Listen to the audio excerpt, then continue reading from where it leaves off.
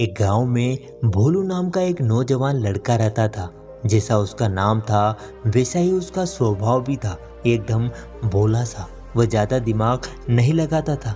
जैसे उसके घर वाले और लोग उसे बोल देते वैसा ही वह कर देता, और जो उसे लगता बिना सोचे समझे लोगों के सामने वही बोल देता।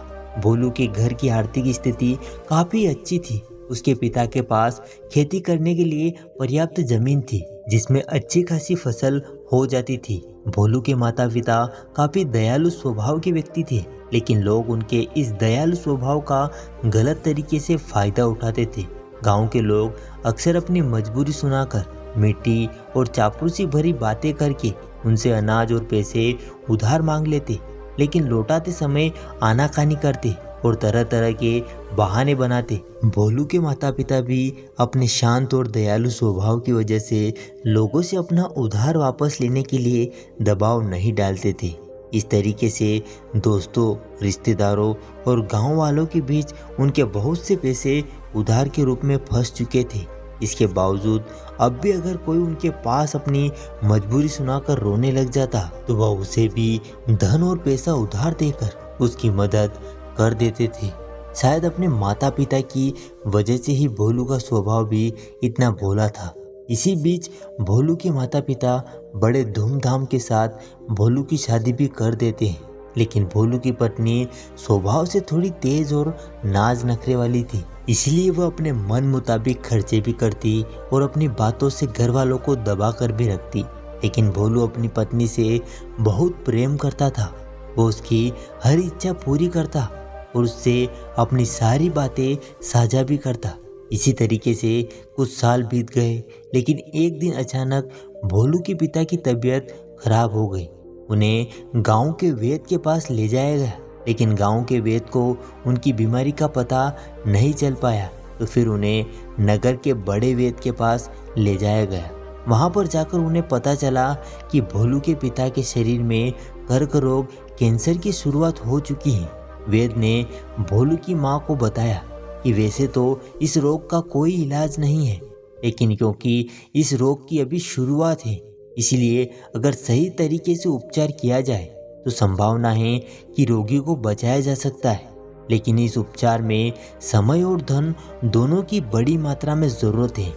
भोलू और भोलू के पिता को वैद्य के पास छोड़कर उसकी माँ धन की व्यवस्था करने के लिए गांव वापस आ जाती हैं, और वह उन सभी लोगों के घर जाती हैं जिन्हें उन्हें पैसे उधार दे रखे हैं। उनमें से कुछ लोगों ने तो पैसा वापस दे दिया, लेकिन ज़्यादातर लोग यहाँ वहाँ के बहाने बनाकर बात को टाल देते हैं। इसीलिए भोलू की माँ गांव के सेठ से ब्याज पर पैसे लेकर शहर वापस चली आती हैं और अपने पति का इलाज शुरू करवाती हैं। लेकिन इलाज बहुत ही महंगा था और लंबे समय से चल रहा था। इसीलिए सेठ से और ज़्यादा पैसे उधार लेने की बजाय भोलू और उसकी माँ ने अपने कुछ खेत बेचने का निश्चय किया, और उन्होंने अपने कुछ खेत गांव के सेठ को ही बेच भी दिए। लेकिन इतना लंबा इलाज करवाने के बाद भी भोलू के पिता की तबीयत तो ठीक होने का नाम ही तक नहीं ले रही थी। उनके इलाज के खर्चों की वजह से लगातार भोलू की माँ के गहने और उनके खेत बिकते चले गए। अब तो उनके पास नाम मात्र के ही खेत शेष बचे हुए रह गए थे। लेकिन दूसरी तरफ भोलू के पिता की तबीयत दिनों दिन और भी खराब होती चली जा रही थी। एक दिन जब भोलू बाजार से जब कुछ सामान लेकर वैद्य जी के घर पहुंचा, तो उसने देखा कि उसकी माँ उसके पिता का सर अपनी गोद में रखकर जोर जोर से रो रही हैं। भोलू के पिता अब इस दुनिया को छोड़कर जा चुके थे। उसके पिता की मौत के बाद उसकी माँ भी बहुत ही उदास और दुखी रहने लगी थी। साथ ही उनके घर पर गरीबी का पहाड़ टूट पड़ा था, क्योंकि जो थोड़े बहुत खेत बचे थे उन्हें भी भोलू सही तरीके से संभाल नहीं पा रहा था। अब तक खेत और घर की पूरी जिम्मेदारी उसके पिता ही संभाला करते थे, इसलिए भोलू किसी भी काम को ठीक से नहीं कर पा रहा था।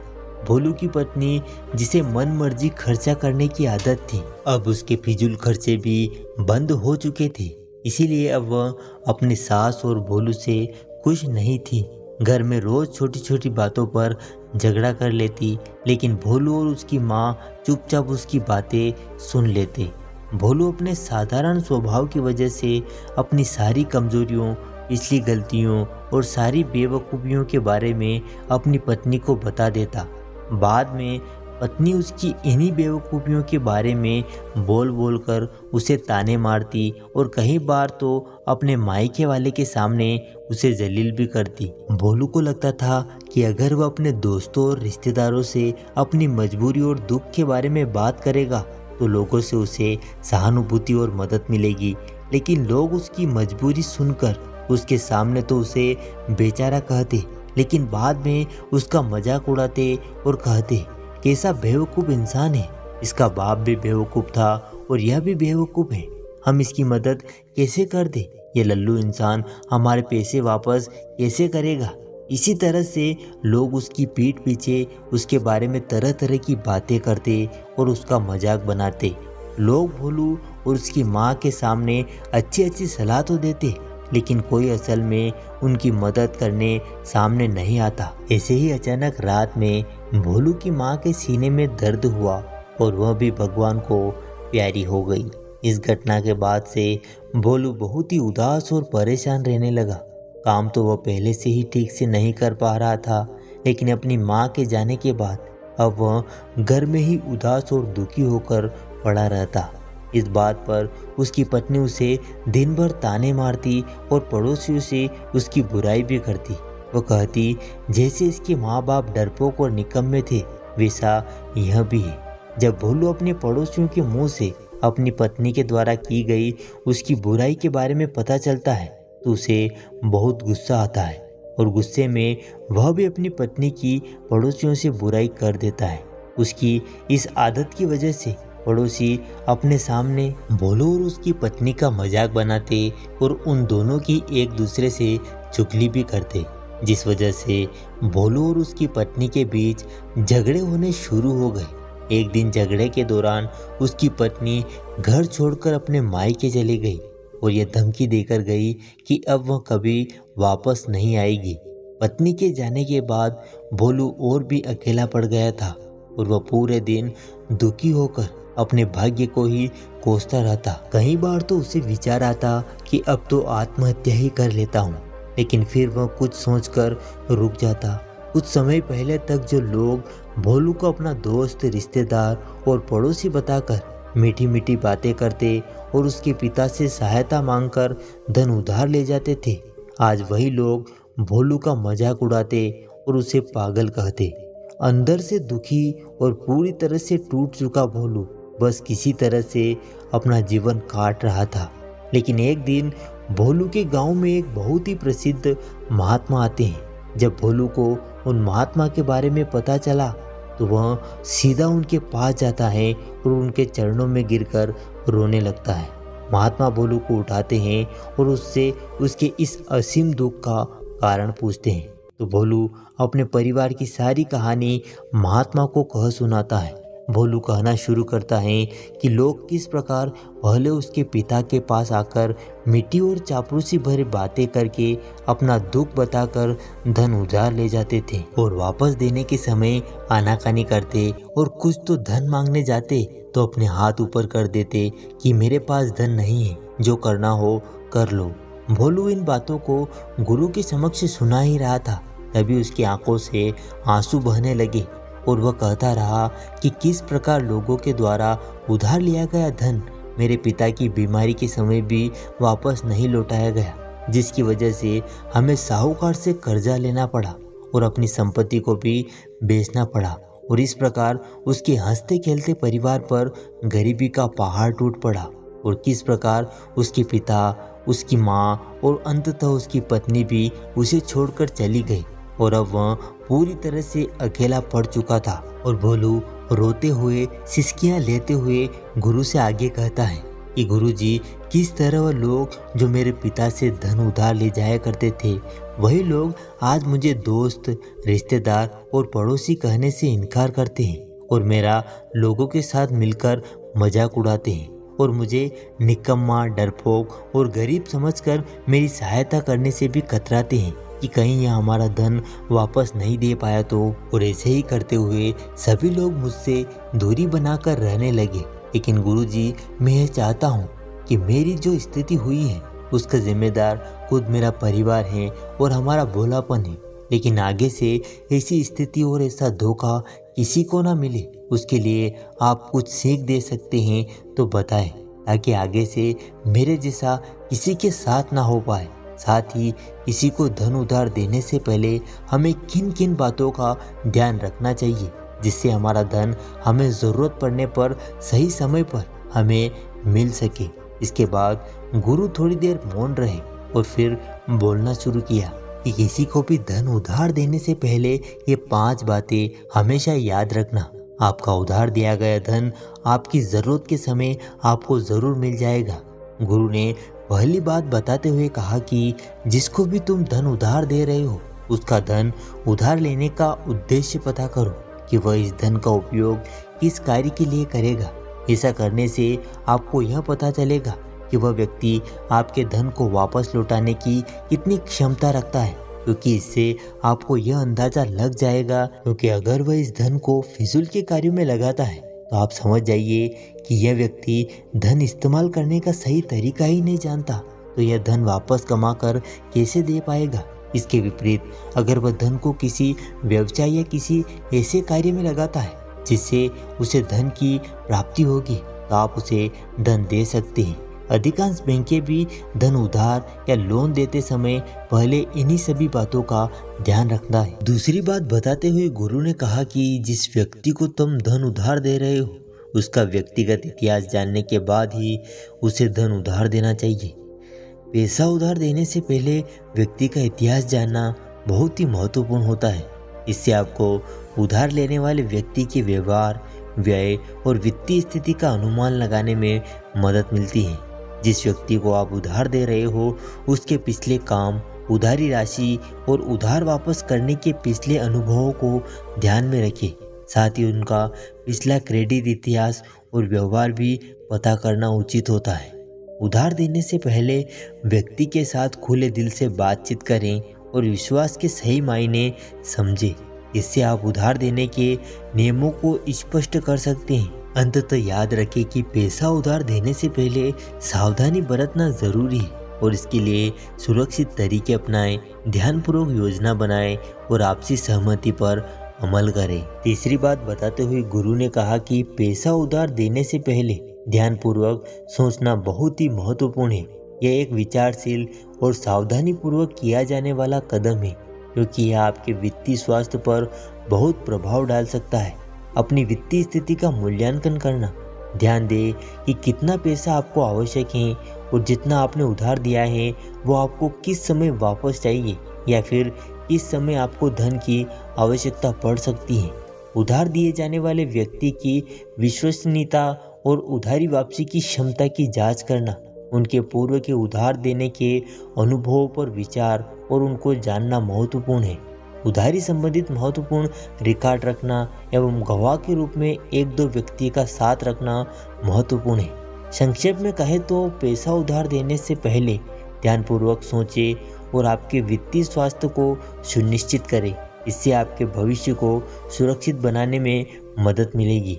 उधारी से पहले सोच विचार करना बहुत ही महत्वपूर्ण होता है, क्योंकि जब आप सोच विचार कर किसी को धन उधार देते हैं तो उस धन का वापस आने के अवसर कई गुना बढ़ जाते हैं और आपका धन सही समय पर, या यूं कहें कि जब आपको ज़रूरत लगे तब आपको मिल जाएगा। गुरु ने चौथी बात बताते हुए कहा कि पैसा उधार देने से पहले उधारी का समय निश्चित करना बहुत ही महत्वपूर्ण है। गुरु ने कहा कि तुम्हारे साथ भी यही हुआ कि तुम्हारे पिता ने उधार तो दिया, ज़रूरतमंदों की मदद भी की, लेकिन उधार वापसी की कोई समय सीमा निश्चित नहीं की, जिसकी वजह से उधार लेने वाले व्यक्ति के मन में उधार वापस करने की कोई निश्चित सीमा थी ही नहीं, तो वह चिंतित क्यों होगा। वह तो यही सोचेगा कि जब मेरे पास आएगा तभी मैं दूंगा। ऐसा इसीलिए है, जब हमारे सामने कोई लक्ष्य नहीं होता है वह कार्य जल्दी पूरा हो ही नहीं सकता। जैसा कि हम उधार का समय निश्चित नहीं करते, इसके विपरीत अगर हम समय निश्चित कर ले तो सामने वाले को धन उधार लेने के बाद से ही ये निश्चित हो जाता है कि मुझे उस समय धन को वापस लौटाना है और वह उसका लक्ष्य बन जाता है। इसको हम एक उदाहरण के द्वारा समझते हैं। जिस प्रकार एक विद्यार्थी के सामने एक निश्चित समय सीमा होती है उसे अपनी परीक्षा देने की, तो वह उस हिसाब से अपनी पढ़ाई को पूरी तैयारी के साथ करता है और उत्तीर्ण भी होता है। जबकि इसके विपरीत अगर उसके सामने कोई निश्चित समय ना हो तो वह तो निश्चिंत होकर ही पढ़ाई करेगा, और अगर हम अचानक उसकी परीक्षा लें तो चांस है कि वह अनुत्तीर्ण हो ही जाएगा। ठीक ऐसा ही एक पैसा उधार लेने वाले व्यक्ति के साथ भी होता है। अगर हम समय निश्चित करके उसे पैसे उधार देते हैं तो वह उस समय उन पैसों को देने में सक्षम रहता है, लेकिन अगर हम समय निश्चित ही नहीं करते हैं तो वह पैसा हम जब चाहे तब नहीं मांग सकते और हमें समय पर वो पैसा कभी नहीं मिल पाएगा। गुरु ने अंतिम व पांचवी बात बताते हुए कहा कि हमें धन उधार देने से पहले उधारी चुकाने में आने वाली कठिनाइयों के बारे में समझना होगा, और उधारी चुकाने में कठिनाई कई लोगों के लिए एक मामूली परेशानी बन चुकी है। जब आप उधार पैसे देने के बारे में सोचते हैं तो आपको उन सारी बातों को ध्यान में रखना जरूरी है कि अगर ऐसा हो जाता है कि हमें उधार दिया गया धन किसी कारणवश सामने वाले का वापस करने का सामर्थ्य ही नहीं रहा, या वह पूरी तरह से कंगाल हो चुका हो, या फिर अगर उसने हमारे पास से धन किसी बिजनेस को करने के लिए लिया है, तो अगर वह बिजनेस पूरी तरह से सफल हो जाता है तो आपका धन पूरी तरह से वापस आ जाएगा। लेकिन अगर ऐसा नहीं हुआ और बिजनेस बंद हो गया तब आपको अपने धन को वहां से निकालने में दिक्कत हो सकती है। और स्वाभाविक सी बात है कि अगर किसी व्यक्ति का बिजनेस खत्म हो जाए तो उसे लिए गए ऋण को चुकाने में जरूर कठिनाई आ सकती है। इसको भी हम एक उदाहरण के माध्यम से समझते हैं। यदि आपका साला यानी कि आपके पत्नी का भाई अगर आपसे पैसे उधार मांगता है तो ऐसी स्थिति में आप मना करने से तो रहे नहीं, तो आपको इस स्थिति में हाँ ही करना पड़ेगा, क्योंकि एक कहावत प्रसिद्ध है कि सारी चीजें एक तरफ और जोरू का भाई एक तरफ। और अगर हम उसे मना भी करें, अगर वह फिजूल के काम में पैसे उधार लेता है, लेकिन अगर वह पैसे किसी बिजनेस को करने के लिए ले रहा है तो हम उसे मना नहीं कर पाएंगे और हम अपनी बचत के अंदर से एक मोटी रकम उसे वह बिजनेस करने के लिए दे देते हैं। लेकिन किसी भी बिजनेस को सफल होने में एवं रूटीन पकड़ने में लगभग 3 सालों का समय लगता है, और इन 3 सालों तक तो आपका पैसा वहीं पर फंसा रहेगा। लेकिन बिजनेस का एक नियम है कि 10 बिजनेस में से 9 बिजनेस तो 3 सालों के अंदर घाटे की वजह से ही बंद हो ही जाते हैं। अगर ऐसा होता है तो आपके पैसे फंसने के चांस और भी ज़्यादा बढ़ जाएंगे। वह सामने वाला आपके पैसे को देने में समर्थ नहीं रहेगा। इसीलिए किसी ने क्या खूब कहा है कि रिश्तेदारों, दोस्तों और पड़ोसियों को उतना ही धन उधार देना चाहिए जितना आप उस धन को भूलने का सामर्थ्य रखते हो, क्योंकि ये तीनों वह लोग होते हैं जो हमेशा आपके सामने आते रहते हैं और आपको उस उधार के धन को भुलाकर उनके सामने हंसते हुए चेहरे से जाना होगा, नहीं तो आपका उनसे संबंध खराब हो सकता है, वह भी उनकी मदद करके। इतना कहकर गुरु मौन हो जाते हैं और अब भोलू को भी ये ज्ञात हो गया था कि आगे के जीवन में किसी को धन उधार देने से पहले हमें किन किन बातों पर ध्यान देना चाहिए और उन पर अमल करना चाहिए। भोलू को भी उसके सभी प्रश्नों के उत्तर मिल चुके थे और अब वह निश्चिंत होकर घर की ओर चल पड़ा। तो दोस्तों, उम्मीद करते हैं आपको आज की इस कहानी से ज़रूरी कुछ सीखने को मिला होगा। अगर वीडियो पसंद आया हो तो वीडियो को लाइक करें और चैनल पे पहली बार आए हो तो चैनल को सब्सक्राइब करना ना भूलें। मिलते हैं अगले वीडियो में, तब तक अपना और अपने परिवार का ख्याल रखिएगा। धन्यवाद।